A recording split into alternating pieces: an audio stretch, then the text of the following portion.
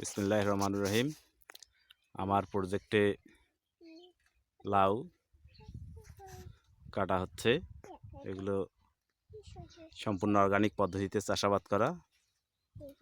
এই পবিত্র রমজানে পানির চাহিদা পূরণে লাউয়ের বিকল্প নাই।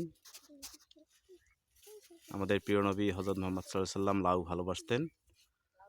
লাউ খেলে কোষ্ঠকাঠিন্য, পানি শূন্যতা দূর করবে।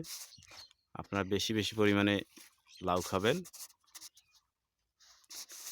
আমরা এগুলা বাজারে নিয়ে যাচ্ছি, এখন এগুলা খাওয়ার উপযোগী হয়েছে। এই যে অনেকগুলো লাউ আমরা অলরেডি কাটছি, এগুলো সব বাজারে নিয়ে যাওয়া হবে।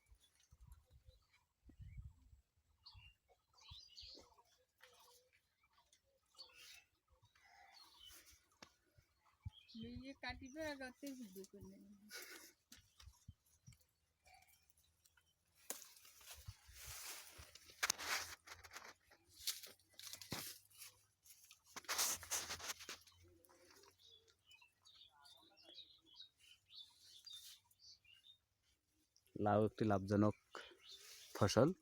যে কোনো জায়গায় পারে, আনাচে কানাচে, পুকুর পাড়ে, নদীর ধারে লাউ গাছ লাগাতে পারেন, ছাদ বাগানে। এবং লাউ সারা বছরেই আমাদের দেশে হয় এবং এটি খুবই সুস্বাদু একটি সবজি। সবগুলোর সাথেই মাছ, মাংস সবগুলোর সাথেই খাওয়া যায় এবং সবজি হিসাবে এটি খুবই উপকারী, স্বাস্থ্যের জন্য খুব ভালো। আপনারা বেশি বেশি করে লাউ খাবেন।